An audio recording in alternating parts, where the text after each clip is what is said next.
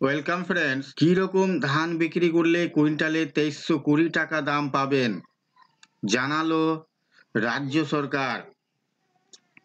চাষিদের থেকে সরকার ধান কেনা শুরু করেছে। গত 2 নভেম্বর শনিবার থেকে কুইন্টাল প্রতি ধানের দামও বেড়েছে। এখন চাষিরা কুইন্টাল প্রতি ধানের দাম 2300 টাকা পাবে। সরকারি ক্রয় কেন্দ্রে সিপিসি ধান বিক্রি করলে আরো 20 টাকা উৎসাহ ভাতা দেওয়া হবে। অর্থাৎ চাষিরা পাবেন 2320 টাকা। সিপিসি ছাড়াও সমবায় সমিতি, স্বনির্ভর গোষ্ঠী এবং ফার্মার্স প্রডিউসার অর্গানাইজেশন থেকে ধান কেনা হবে। স্বচ্ছতা বজায় রাখতে ইলেকট্রনিক ওজন পরিমাপ যন্ত্রের সঙ্গে ইপস যন্ত্র যুক্ত থাকবে। একজন কৃষক সারা বছরে মোট 90 কুইন্টাল ধান বিক্রি করতে পারবেন। ধান বিক্রির টাকা সরাসরি কৃষকদের ব্যাংক অ্যাকাউন্টে পাঠানো হবে। ধান বিক্রির 3 দিনের মধ্যেই ব্যাংক অ্যাকাউন্টে টাকা পেয়ে যাবেন কৃষকরা। কৃষক বন্ধু পোর্টালে নথিভুক্ত কৃষকরা সরাসরি ধান বিক্রি করতে পারবেন। তাদের কিছু করার দরকার নেই, শুধু ধান কেনার পোর্টালে গিয়ে ডেট বুকিং করতে হবে। আর যারা এখনো কৃষক বন্ধু পোর্টালে নাম তোলেননি তাদের জমি সংক্রান্ত স্বঘোষণাপত্র দিয়ে ধান বিক্রি করতে পারবে। তবে বাটা নিয়ে অনেক চাষিদের অভিযোগ রয়েছে। সরকারি ক্রয় কেন্দ্রে ধানে বেশি পরিমাণে বাদ দেওয়ার অভিযোগ তুলেছেন অনেকেই। এবার বন্যা ও ঘূর্ণিঝড়ের কারণে ধান চাষে কয়েকটি জেলায় ক্ষতি হয়েছে।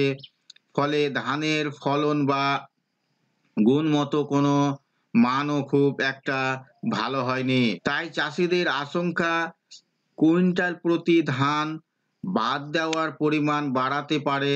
চালকলগুলি রাজ্য সরকারের তরফে এ নিয়ে প্রচার চালানো হচ্ছে। চাষিদের সঠিক গুণমানের ধানই বিক্রি কেন্দ্রে নিয়ে যেতে বলা হয়েছে।